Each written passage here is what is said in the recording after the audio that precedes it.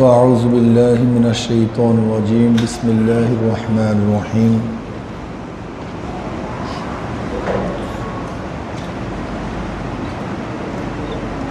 وتعاونوا على البر والتقوى ولا تعاونوا على الإثم والعدوان صدق الله العلي العظيم وصدق رسول النبي الكريم সবাই পড়ি সাল্লাল্লাহু আলাইহি ওয়াসাল্লাম।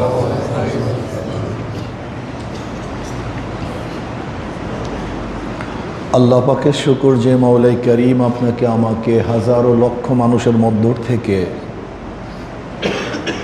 আল্লাহ পাকের ফরজ হুকুম আসরের নামাজ আদায় করার তৌফিক দান করছেন।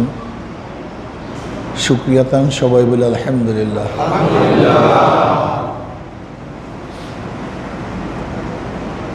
আল্লাহ পাক কালামে পাকের মধ্যে ফরমান ইন্নাস সালাতা তানহা আনিল ফাহশাই ওয়াল মুনকার ওয়া যিকরুল্লাহি আকবার। নামাজ নামাজিকে সমস্ত গর্হিত কাজ থেকে গুনার কাজ থেকে ফিরিয়ে রাখে। ওয়া যিকরুল্লাহি আকবার, আর জিকির হলো সবচেয়ে বড়।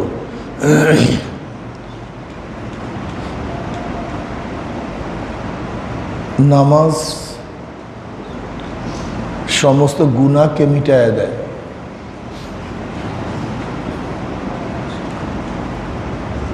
যে ব্যক্তি রীতিমতো নামাজ পড়ে সে ব্যক্তি আস্তে আস্তে অবশ্যই ভালো হয়ে যায়। কিন্তু আমরা যে রুকু সাজদা কিয়াম করি শুধু এর নামই নামাজ না। নামাজের দুইটার দিক, একটা হলো বাহ্যিক দিক, একটা হলো ভিতরগত দিক। নামাজের রূহ হলো হুজুর কলব, আনতা আবুদাল্লাহ কাআন্নাকা তারাহু ফাইন লাম তাকুন তারাহু ফাইন্নাহু ইয়ারাক। এটা হলো নামাজের মূল। আল্লাহর দিকে মনকে মনোনিবেশ করা, আল্লাহর দিকে ফিরে থাকা। যাই হোক, নামাজ হল ইমানের পরে সবচেয়ে বড় রোকন। নবী আলী সালাতু ওয়া সালাম ফরমান আল ফারকু বাইনাল আবদ ওয়াল কুফর তারকুস সালাত। মুমিন এবং কাফেরের মধ্যে পার্থক্য, মুমিন নামাজ পড়ে, কাফের নামাজ পড়ে না। আমরা যে ইউনিভার্সিটিতে পড়াশোনা করি, গোটা দুনিয়ার যেই বিদ্যাপীঠগুলি আছে, এই বিদ্যাপীঠের মধ্যে যেগুলি কোরআন ও সুন্নাহর সাথে সম্পৃক্ত না, তাদের মূল টার্গেট, তাদের চিন্তা ভাবনা সম্পূর্ণ দুনিয়া কেন্দ্রিক। দেখবেন এখানে যত সাবজেক্ট আছে সমস্ত সাবজেক্ট খাওয়া এবং বাঁচা, দুনিয়াতে কিভাবে খাবো, কিভাবে বাঁচবো, কিভাবে ভালো থাকবো। এখানে যত সাবজেক্ট দেখেন সমস্ত সাবজেক্টের উদ্দেশ্য দুইটা, খাওয়া বাঁচা। এর বাহিরে কোনো সাবজেক্ট এখানে নেই। নবী রসুলগণ অবশ্যই এই সাবজেক্ট নিয়ে দুনিয়াতে আসেন নাই। যেই সাবজেক্টগুলি নিয়ে আমরা বেশি পড়াশোনা করি, সব সময় গবেষণা করি, নবী রসুলগণ এই সাবজেক্ট নিয়েই দুনিয়াতে আসেন নাই। কারণ খাওয়া বাঁচা তো এটা কুকুরের প্রয়োজন, শুয়ারেরও প্রয়োজন, গাধার প্রয়োজন, জানোয়ারের প্রয়োজন, পোকাগুলির প্রয়োজন। আমরা যেই বিষয় নিয়ে বেশি কালচার করতেছি, বেশি গবেষণা করতেছি, এগুলি তো যে কোনো প্রাণীর প্রয়োজন, যাদের জন্য জান্নাত জাহান্নাম নেই। কিন্তু নবী রসুলগণ দুনিয়াতে আসছেন মানুষরূপী অমানুষদেরকে মানুষ বানাবার জন্য। আপনি কিভাবে বিল্ডিং করবেন, কিভাবে কম্পিউটার আবিষ্কার করবেন, কিভাবে মিসাইল তৈরি করবেন, ট্যাঙ্ক কিভাবে তৈরি করবেন, এই শিক্ষা দেওয়ার জন্য নবী রসুলগণ দুনিয়াতে আসেন নাই। নবী রসুলগণ দুনিয়াতে আসছেন মানুষরূপী অমানুষদেরকে মানুষ বানাবার জন্য। মানুষরূপী মানুষদেরকে মানুষ বানাবার জন্য। তার মানে হলো এই, মানুষের রূপ হইলেই মানুষ হয় না। যদি মানুষের রূপ, মানুষের চেহারা, অবয়ব যদি মানুষ হয়, তাই ফেরাউনের চেহারা আমাদের মতোই ছিল। সাদ্দাদের চেহারা ব্যতিক্রম ছিল না, নমরুদের চেহারা একই ছিল। কাফের বেঈমান মুশরিকদের চেহারা একই ধরনের হয়, মুসলিমের চেহারা একই রকমের আছে। যারা গোটা দুনিয়ার মধ্যে বড় বড় খুনি, এই যে ট্রাম্পের চেহারা আমাদের মানুষের মতোই, গোটা দুনিয়ার যত খুনিদের চেহারা মানুষের মতোই, কিন্তু তারা মানুষ না। ধর্ষকদের চেহারা মানুষের মতোই, কিন্তু তারা মানুষ না। যদি শিক্ষায় মানুষকে গঠন করতে পারত, তা 28 লক্ষ কোটি টাকা বাংলাদেশ থেকে পাচার হয়ে গেছে। এই টাকাগুলি কোনো সাধারণ মানুষ কিন্তু পাচার করে নেই, না রিক্সাওয়ালা, না ঠেলাওয়ালা, না কুলি মজদুর, বরং ইউনিভার্সিটি থেকে যারা বড় উচ্চ শিক্ষায় শিক্ষিত তারাই কিন্তু টাকাগুলি পাচার করছে। তার মানেটা কি? এই মানুষের অবয়বের নাম মানুষ না, বরং মানুষরূপী অমানুষদেরকে মানুষ বানাবার জন্য নবী রসুলগণ দুনিয়াতে আসছেন। ওমর ইবনে খাত্তাব রাদিয়াল্লাহু তাআলা ইসলাম গ্রহণ করার আগে নবী আলাইহিসসালাতু ওয়াসসালাম হত্যা করার জন্য রওনা করছে। অথচ ওমর ইসলাম গ্রহণ করার পরে নবী আলাইহিসসালাতু ওয়াসসালাম বললেন, আমার পর কেউ নবী হলে ওমর নবী হয়ে যেত। তার মানে পরিবর্তনটা কি হয়েছে, এটা আমাদের দেখার বিষয়, এখানেই গবেষণার বিষয়। ওমর রাদিয়াল্লাহু তাআলা নবী আলাইহিসসালাতু ওয়াসসালাম হত্যা করার জন্য রওনা করছেন। অথচ ওমর ইবনে খাত্তাব রাদিয়াল্লাহু ইসলাম গ্রহণ করার পরে তার কথা পানিতে শুনে মিশরের নীল নদের কাছে চিঠি লিখছে যে, হে নীল নদ, যে আল্লাহর হুকুমে জারি হও, আমার চিঠি পাইতে দেরি, জারি হইতে দেরি হবে না। এই চিঠি পড়তে দেরি, জোয়ার হইতে দেরি হয়নি। এখন ওমরের কথা পানি শুনে ওমর ইবনে খাত্তাব রাদিয়াল্লাহু তাআলা আনহু মদিনার মধ্যে খুতবা দিতেছিলেন, আর সেখান থেকে আওয়াজ করছেন, ইয়া সারিয়াতুল জাবাল, এ সারিয়া পাহাড়ের দিকে তাকাও। বাতাস তার আওয়াজ সিরিয়া পৌঁছায় দিছে। উমরের কথা এখন বাতাস শুনে। তার মানিটা কি, এই পরিবর্তনটা কি? বিলালে হাবশী রাদিয়াল্লাহু তাআলা আনহু গোলাম জাত গোলাম ছিলেন, নিজেও গোলাম, বাবায় গোলাম, দাদায় গোলাম, তার কোনো দাম মূল্য ছিল না। কিন্তু নবী আলাইহিসসালাতু ওয়াসসালাম মেরাজের রজনীতে পায়ের শব্দ পান, জুতার শব্দ পান। জিবরিলকে বলছেন, কার পায়ের শব্দ? বলে বেলালে হাবশীর পায়ের শব্দ। বেলালে হাবশী হাঁটে জমিনের মধ্যে, পায়ের আওয়াজ আরশের মধ্যে। এই বেলালে হাবশীর মধ্যে কি পরিবর্তন চলে আসছে, এটা গবেষণার বিষয় আছে কি নেই? এইটাই গবেষণার বিষয়। হাজারো মানুষ একসময় চুরি করছে, ডাকাতি করছে, কিন্তু দিনের বুঝ আসার পরে সে নিজের উদ্যোগে সেই মালগুলি ফেরত দিচ্ছে। ভাই, আমি চুরি করছিলাম, ডাকাতি করছিলাম, নিয়ে নাও। এই পরিবর্তনটা কি? আজকে আমাদের সমাজের মধ্যে এত খারাপিয়াত, এমন কোনো সেক্টর নাই যেখানে খারাপিয়াত নেই, অপকর্ম নাই, ঘুষ, দুর্নীতি, ধর্ষণ, এর তো শেষ সীমা নাই। এর কারণটা কি? এত আইন, এত কানুন, এত পুলিশ প্রশাসন, এত কিছু থাকা সত্ত্বেও মাদকের বিরুদ্ধে জিরো টলারেন্স ঘোষণা করার পরেও মাদক বাড়তেছে। শুধু তাই নয়, দেখা যারা যারা মাদক নিয়ন্ত্রণ অধিদপ্তরে চাকরি করে তারাই মাদকের ব্যবসায়ী। যেই পুলিশ মাদক ব্যবসায়ীকে ধরবে তার কাছেই মাদক পাওয়া যায়। এর কারণটা কি? এই আইনের মাধ্যমে শুধু মানুষকে কন্ট্রোল করা সম্ভব না। আমি উদাহরণ দেই, আজকে আমাদের দেশে এত আদালত, অথচ যেই পরিমাণে মামলা পেন্ডিং আছে, যদি কোনো নতুন মামলা না হয় 82 বছর লাগবে এই মামলা শুধু ফয়সালা করতে। অথচ ওমর ইবনে খাত্তাব রাদিয়াল্লাহু তাআলা প্রধান বিচারপতি, আবার দেশেরও প্রধান, কোনো মামলা পেন্ডিং নেই। কারণটা কি? এটা ভাবতে হবে, এইটাই বুঝতে হবে। আমরা শুধু আইনের মাধ্যমে দেশে শান্তি চাই, এটা সম্ভব না। কোনোদিন যত নৈতিকতার পরিবর্তন না আসবে, আপনি কতজনের পিছনে থাকবেন, কতজনের পিছনে আপনি সিআইডি লাগাবেন, কিন্তু মানুষ যদি চরিত্রগত ভালো হয়ে যায়, আখলাকি হয়ে যায়, আল্লাহকে ভয় করে, তাহলে মানুষগুলির পিছনে আপনার সিআইডির দরকার নেই। এমনিতেই মনে করেন আমার পিছনে ফেরেশতা আছে। সিআইডি হিসেবে কি আছে? কিরামান কাতিবিনা ইয়ালামুনা মা তাফআলুন।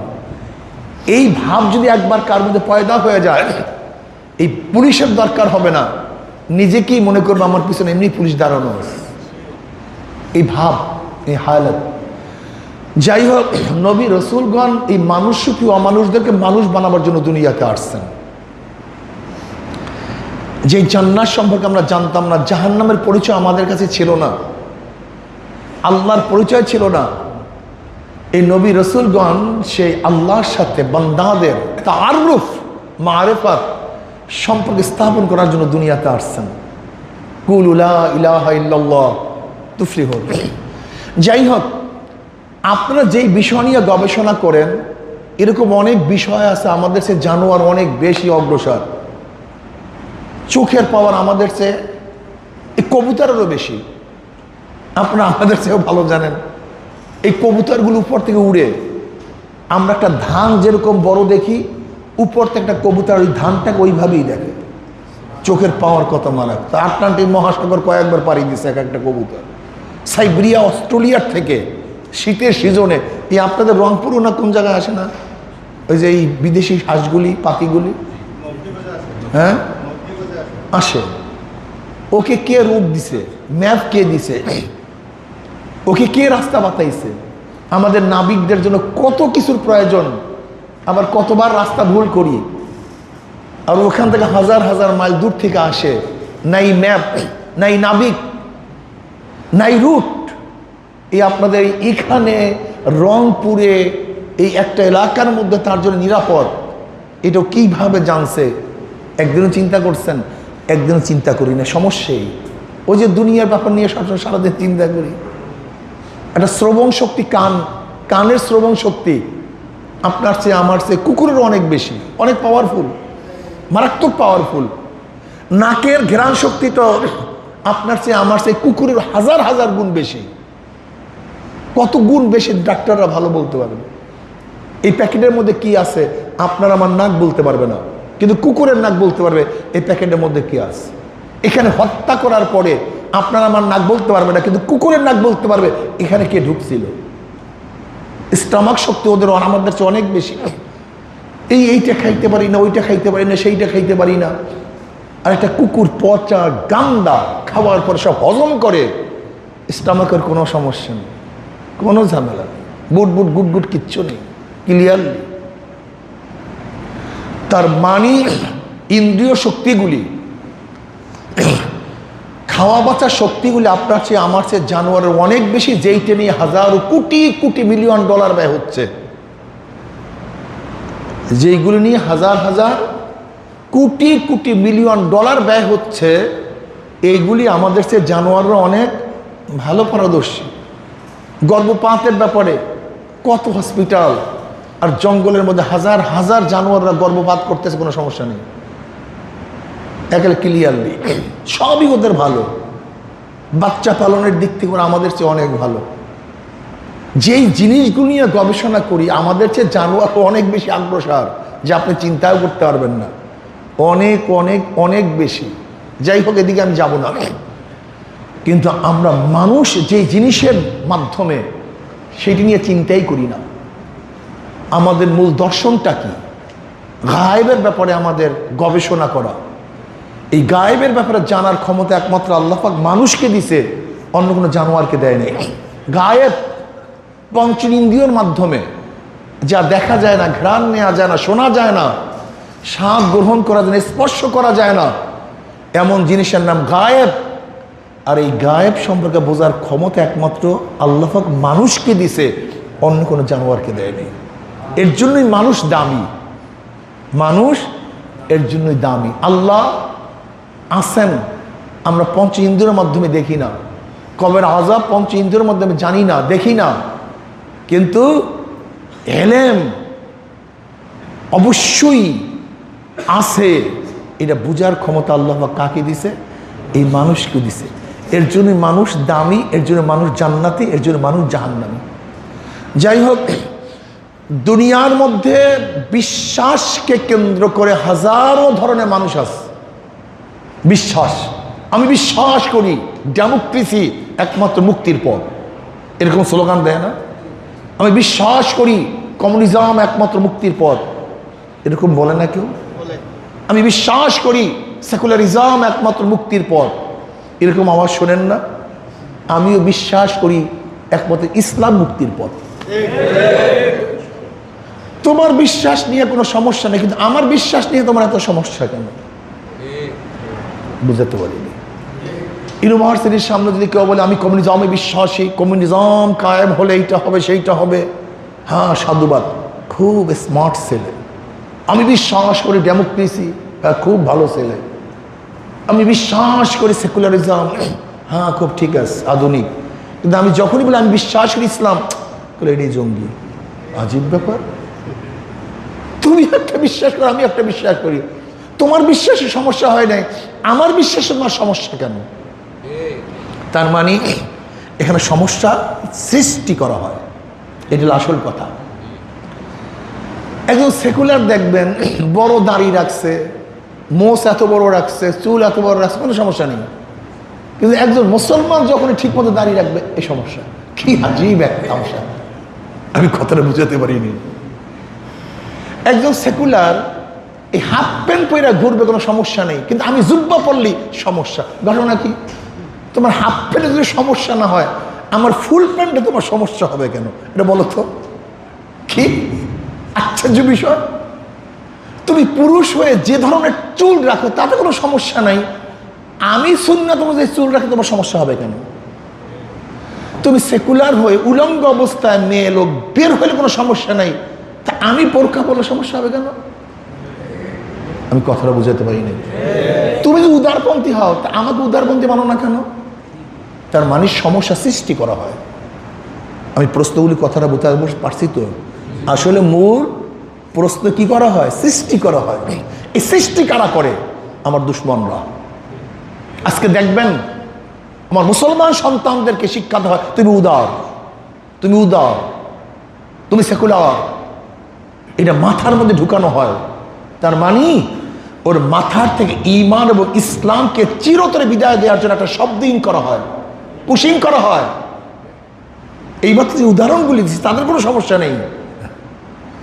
একটা মেয়ে, বয়স্কা মেয়ে, ও যে ইচ্ছা যেরকম ইচ্ছা সাজবে, এতে কোনো সমস্যা নেই। কিন্তু আমি যখন বলি ইসলাম অনুযায়ী সাজবে, এ তো মধ্যযুগীয়, এ তো মৌলবাদী, এ তো মোল্লাতন্ত্র, এ তো চরমপন্থী। আপনি একদিন চিন্তা করছেন সেন্সটা কি? একদিন চিন্তা করছেন? ইউনিভার্সিটির মধ্যে মন্দির থাকলে সমস্যা নেই, মসজিদ করলে সমস্যা। ইউনিভার্সিটির মধ্যে ওরা পূজা করলে সমস্যা নাই, আমাদের বাংলাদেশে জিকির করলে সমস্যা। একদিন চিন্তা করছেন? তোমাকে সেকুলার বানাইয়া যারা সেকুলার সাজে, তারা কিন্তু ঠিকই মন্দির গিয়ে পূজা করে। পূজার দিন গিয়া দেখো, গিয়া দেখো তাদের ঘরের মধ্যে একটা মূর্তি আছে, গিয়া দেখো তোমাদের প্রফেসরে, যাও আজকে যাও। তোমাকে এতক্ষণ সে শিক্ষা দিচ্ছে সেকুলার হও, উদারপন্থী হও, এই ধর্মতন্ত্র বাদ দাও। তোমাকে যেই ব্যক্তি এই শিক্ষা দিচ্ছে, ঘরে গিয়া দেখো তার একটা মূর্তির পূজা আছে, সে মূর্তি কি পূজা করে? তোমাকে এইমাত্র সেকুলার বানাইছে, অত পূজার সময় গিয়ে সে ঠিকই মন্দিরে গির্জায় গিয়া সেজদা করছে, আর তোমাকে সেকুলার বানাই দিস। মুসলমানের সন্তান, তোমাকে সচেতন হতে হবে। তুমি মুসলমান, তুমি আল্লাহকে বিশ্বাস করো। এই দুনিয়াই শেষ না, এই দুনিয়ায় সব কিছু না, বরং এই দুনিয়ার একটা জিন্দেগির সীমাবদ্ধতা আছে। কত কত বাসে মানুষ, আমাদের দেশের মানুষের গড়ে হায়াত এখন কত?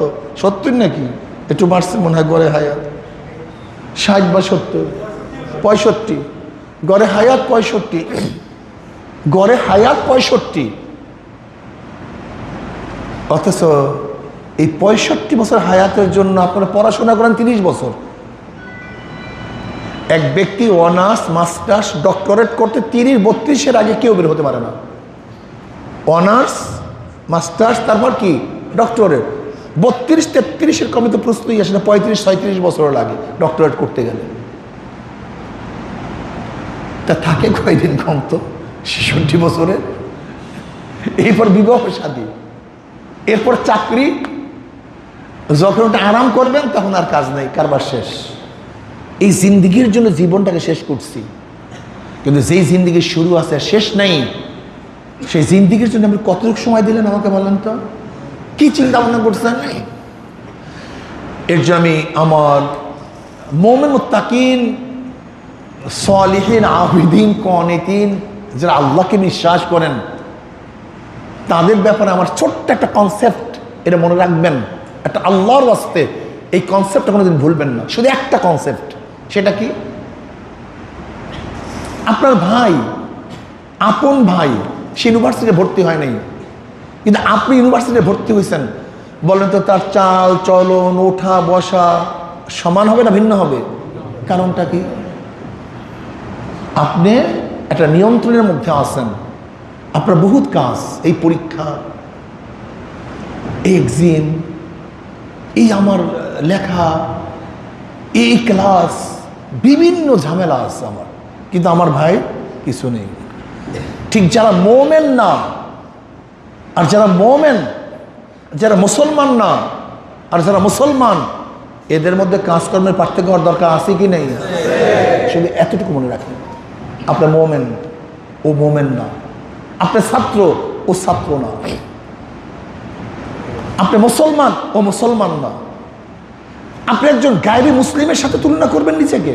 আচ্ছা বলেন তো, ভালো ছাত্র কি ভালো ছাত্র অনুসরণ করে না মূর্খদের অনুসরণ করে? হ্যাঁ, এ ব্যাপারে আপনার একমত না দ্বিমত? একজন ভালো ছাত্র কার অনুসরণ করে?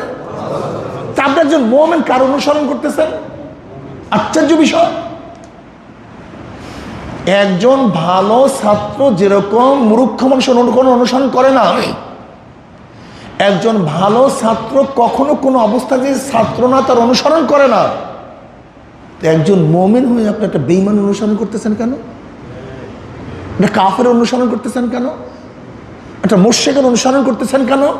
মনে রাখবেন, আপনি যত বড় ভালো ছাত্র হন না কেন, মূর্খদের সাথে থাকলে আপনি একজন মূর্খ হয়ে যাবেন, আপনি পাস করতে পারবেন না। ঠিক আপনি মুমিন মুসলমান যদি কাফের বেঈমান মুশরিকদের অনুসরণ করেন, আপনি দেখবেন বেঈমান হয়ে গেছেন। কোনো সন্দেহ নেই, কোনো সন্দেহ নেই। এর জন্য আপনাকে অবশ্যই একজন ভালো মুমিন অনুসরণ করতে হবে, ভালো মুসলমান অনুসরণ করতে হবে, ভালো মুত্তাকিনের অনুসরণ করতে হবে। যে আপনি ভালো মুমিন মুত্তাকিনের অনুসরণ করেন, যেরকম একজন ছাত্র ভালো ছাত্র অনুসরণ করলে সে আস্তে আস্তে ভালো হয়ে যায়, আপনি ভালো মুমিন মুত্তাকিন মুসলমান অনুসরণ করলে আপনি একজন ভালো মুমিন মুসলমান হয়ে যাবেন। এর জন্য আল্লাহ পাক কি বলেন? ইয়া আইয়ুহাল্লাযীনা আমানুত্তাকুল্লাহ ওয়া কুনু মা'আস সাদিকিন।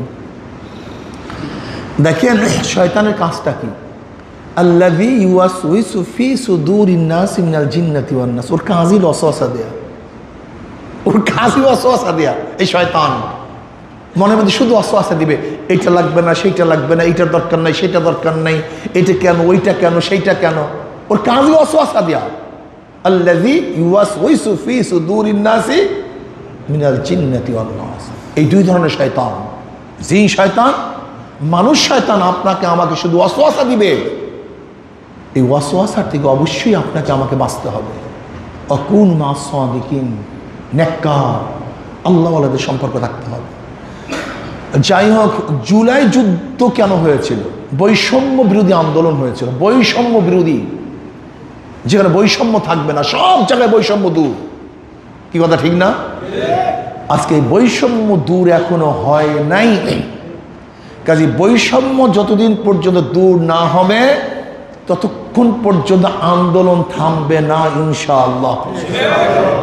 আন্দোলন চলতে থাকবে, হয়তো স্তমিত হবে, কিন্তু আন্দোলন কিন্তু বন্ধ হবে না। আবারও যখন বৈষম্যতা বেড়ে যাবে তখন দেখবেন আবু সাঈদের মতো আবারও যোদ্ধারা শহীদ হবে। কি কথা ঠিক না? আবু সাঈদ আজকে দুনিয়াতে নেই, অনেকেই দুনিয়াতে নেই।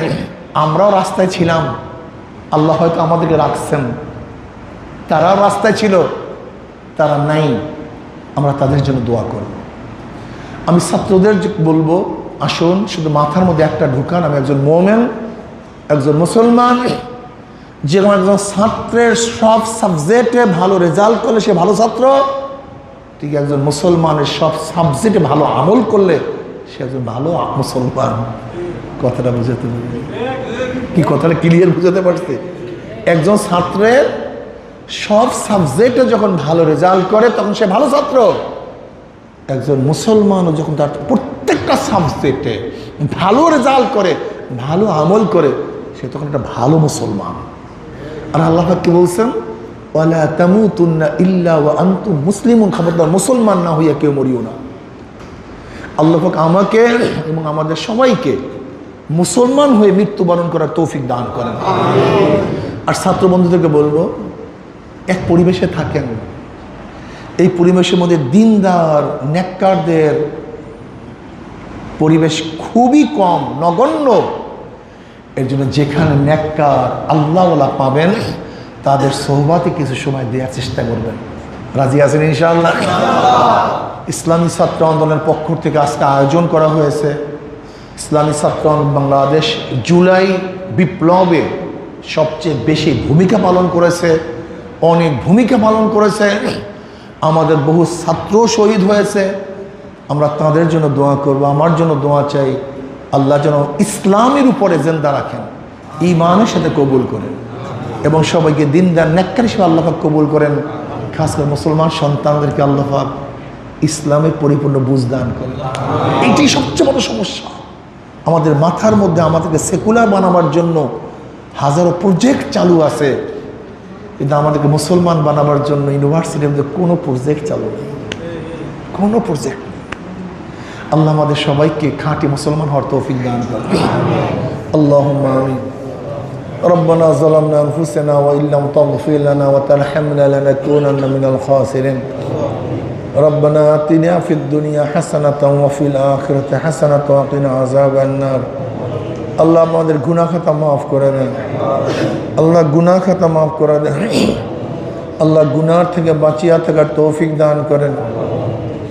আল্লাহ যতদিন জিন্দা রাখেন ইসলাম ফি জিন্দা রাখিয়েন। যখন শেষ ডাক দেবেন ঈমানের সাথে ডাক দিয়েন। ইয়া আল্লাহ, আমরা যারা হাত তুললাম জানি না কার মা নাই, বাবা নাই, স্ত্রী নাই, স্বামী নাই, সন্তান নাই, দাদা নাই, দাদু নাই, নানা নাই, নানু নাই, আত্মীয় নাই, স্বজন নাই। আল্লাহ যত মোমেন মোমেনাত মুজাহিদরা কবরে শুয়ে সবার কবর আযাব চিরতরে মাফ করে দেন। ইয়া আল্লাহ, খাস করে আবু সাঈদের জিন্দেগির সমস্ত গুনাহ খাতা মাফ করে দেন। আল্লাহ জুলাইতে যারা শহীদ হয়েছে সবার গুনাহ খাতা চিরতরে মাফ করে দেন। ইয়া আল্লাহ, গোটা দুনিয়ার সমস্ত মুজাহিদের কবরকে জান্নাতের বাগিচা বানায় দেন। ইয়া আল্লাহ, আমাদের শায়েখ ও মুর্শিদের কবরকে জান্নাতের বাগিচা বানায় দেন। ইয়া আল্লাহ, আপনার জমিনে আপনার হুকুমত ইসলাম হুকুমত কায়েম করে দেন। আল্লাহ শরিয়া আইন বাস্তবায়নের জন্য সর্বোচ্চ চেষ্টা করার তৌফিক দান করেন। মা দাদা সহ তাম দুনিয়ার মাশায়েখদের মাকামকে জান্নাত মধ্যে বুলন্দ করে দেন। আমাদের আহল আওলাদ আমার খাস গোলাম বান্দী সব কবুল করে নেন।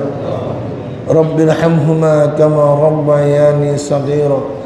ওয়া সাল্লাল্লাহু তাআলা আলা খায়রি খালকি মুহাম্মাদ ওয়া আলিহি ওয়া আসহাবিহি ওয়া আজওয়াজিহি ওয়া আতবাইহি আজমাইন ওয়ারহামনা মাহুম বিরহমাতিকা ইয়া আরহামার রাহিমিন।